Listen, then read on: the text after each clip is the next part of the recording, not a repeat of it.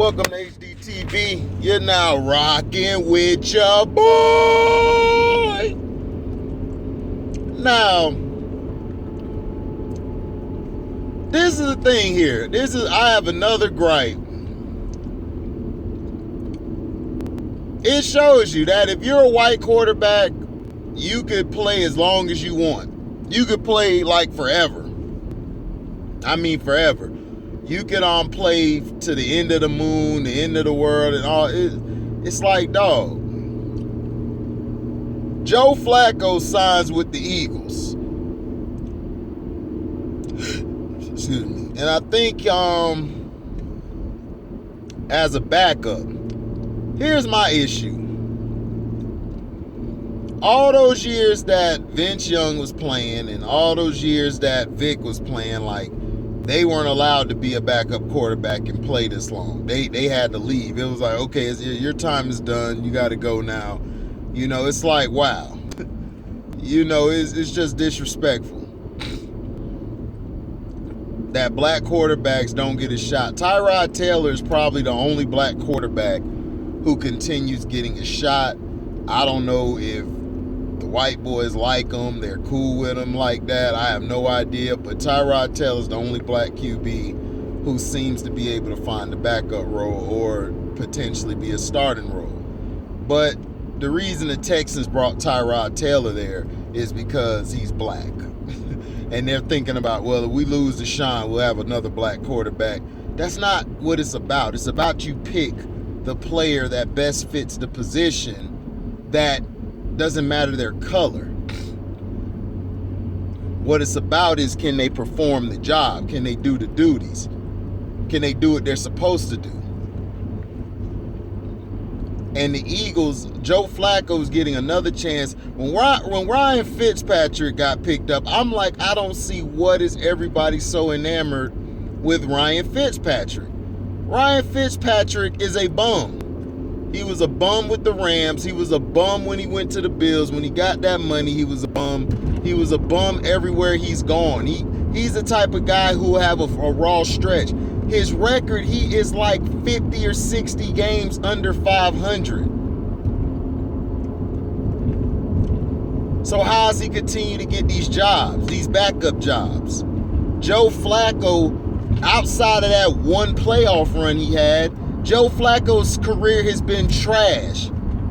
His career has been terrible. But yet, he gets another chance because he's a white QB. Eli Manning, outside of his 2 Super Bowl runs, his career is trash. This is a guy who was threatened to be traded or left or released because he was performing bad. But it's all right for them to get all these chances. Vince Young had a mental breakdown at one point, but he couldn't get it. And then he got his opportunity. He still was getting screwed over. Then after he left Tennessee, he couldn't get another job nowhere. He got in Philly as a backup, and then after that, he just couldn't get a job or anything. It's like, come on. But yet, you got a job waiting for these white boys to play. And then let's not talk about after their career's over with. They have a chance to be in the booth. They have a chance to be a head coach. You know, they have a chance to do whatever they want.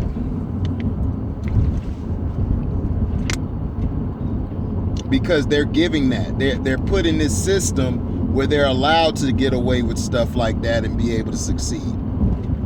Look at the owner from the Cleveland Cavaliers. His son, I think, is in his 20s or something, but he's about to be an owner. He's about to turn it over to his son.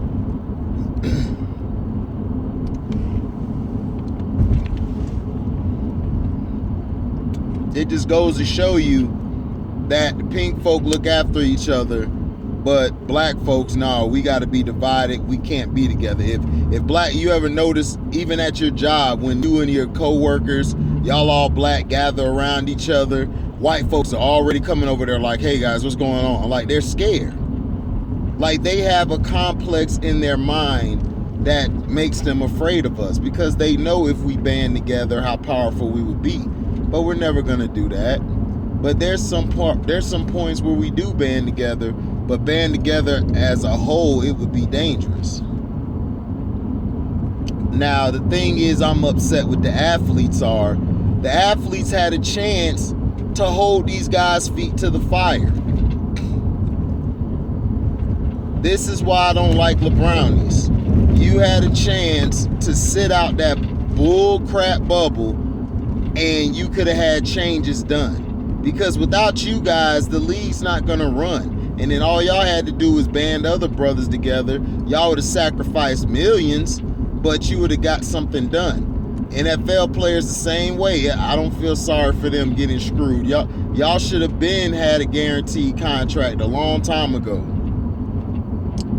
A long time ago, y'all should have had guaranteed contracts.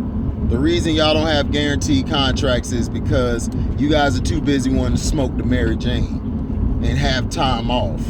Have all this time off instead of getting a job done.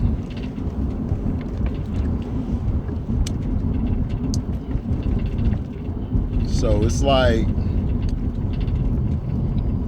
it just gets on your nerves, man, when you see stuff like this, and it's like, it's crazy. Now I'm hearing that they're going to try to have Joe Flacco. I guess he's the backup, so he basically has a chance to start probably down the line if Hurst get hurt or he's not performing well.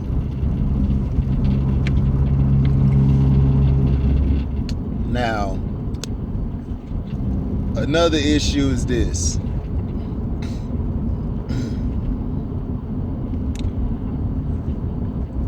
Everybody is panicking because the Lakers have lost and everybody's going crazy trying to say, oh man, look, see, I told you without LeBrownies, they're not good.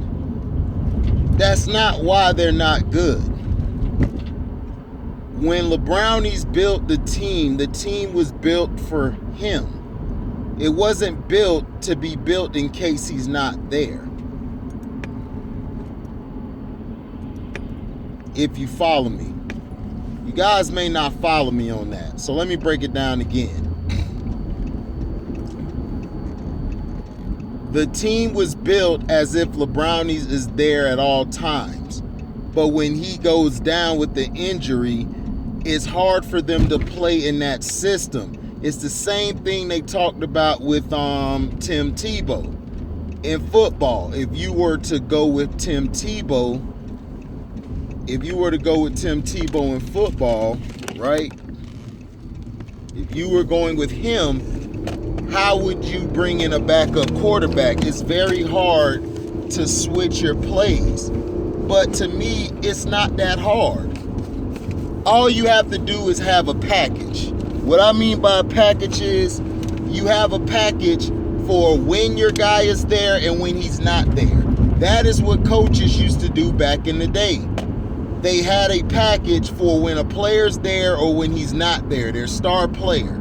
And they're still able to run plays. They're still able to help the team get better. Now, I got the game recorded. I really didn't watch the game, but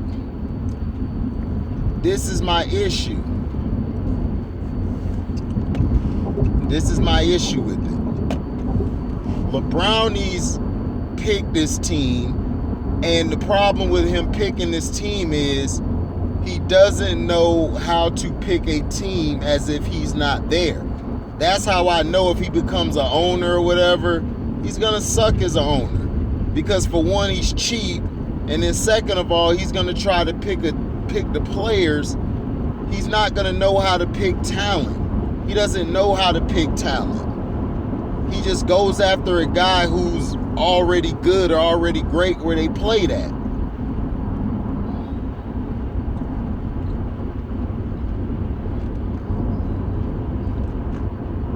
That's why when you see when players left Kobe Bryant,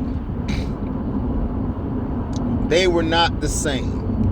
This one dude tried to argue with me about, well, Pau Gasol had a career. Pau Gasol was a bum after that. He barely was playing. And then when he went to the All-Star game, he was an alternate. He got in as an alternate. He wasn't killing like that. Pau was okay, but he wasn't. Powell had skill. He knew how to play the game, so Powell would have been fine wherever he went after Kobe. But everybody else flamed out. Shannon Brown, Bynum, Farmar, Vucevic. Why did all these guys flame out? Oh, I know why they flamed out. Because they weren't good to begin with. So even if you put them in a system, they're still not as good. And that's why I give Kobe a lot of credit, because Kobe played with a bunch of bums. Now everybody's going to try to hype the team up as it was not a great team. If I put that team against every team that was a champion in history previously to them winning the championships, you would be like, it would be a slaughter. If Wilt Chamberlain, who was on the Lakers at that time, I believe Baylor only plays 9 games, but they had Goodrich, I believe they had, and he filled in nicely, and you had Jerry West, they would have destroyed that Lakers team. Easily. They would have destroyed the Lakers team with Shaq. That team with Shaq was so trash. Outside of Shaquille O'Neal, they had nobody, and that's what kills me. Everyone say Shaq carried. I'm like, Shaq ain't carried nothing. Shaq carried weight, that big ass belly. But the Lakers are willing because you didn't build as if your superstars aren't there. That's how you build your team. You build your team as if you don't have a superstar. If you do that, you'll automatically probably get to the 7th or 6th seed, if that.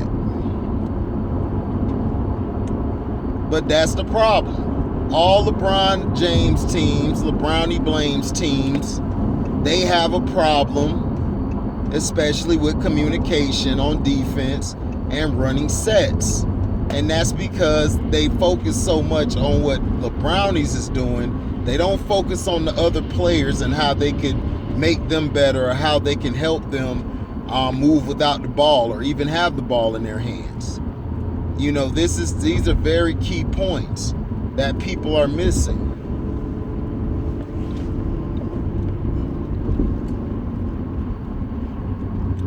People are missing these points. They're missing what's going on. They're missing the big picture. All they're doing is focusing on, oh, well, LeBron's not there and everything. There's one guy, I believe he was on Ticket TV, named Mookie. Shout out to Ticket TV. He said they should have blown the team up a long time ago. No, what the Lakers should have done, they should have never went after LeBron. They should have stuck with their young talent, and they should have built it up. Because it's going to be a long time before you get a slew of young talent like that again. So all y'all going to be able, y'all going to always forever be living in free agency. And that's good at times, but it's also bad most of the time, because you're not building a foundation. You're not building a foundation with the team.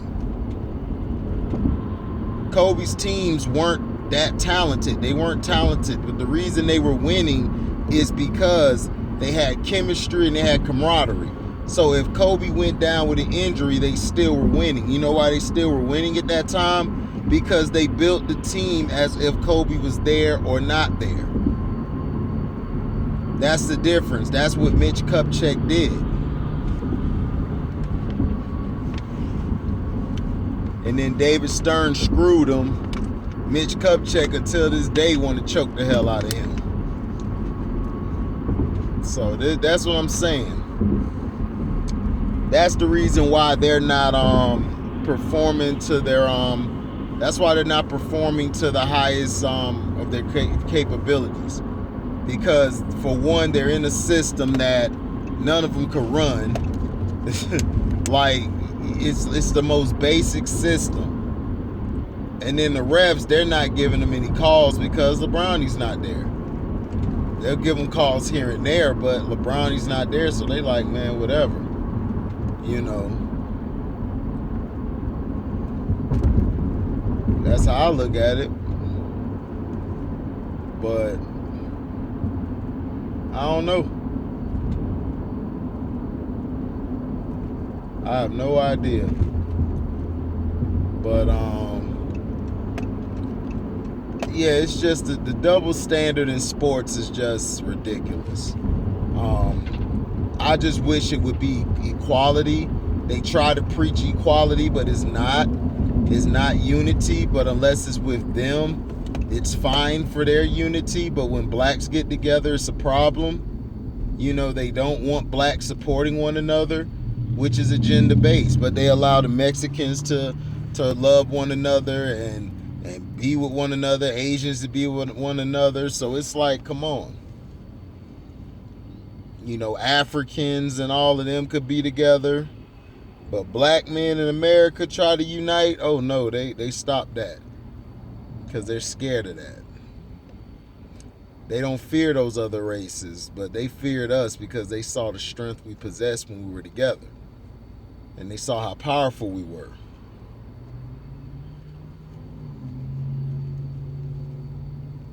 So that's how I look at it. I just chopped it up with y'all for a little bit. I got to get to work. Let me know in the comment section what you think about it. Do you believe it's a double standard? And also, do you believe that, you know, pink folk and all the other races, they're cool to be together, but when it comes to black, we don't have that same luxury? Thank you for listening, and we out. Deezy!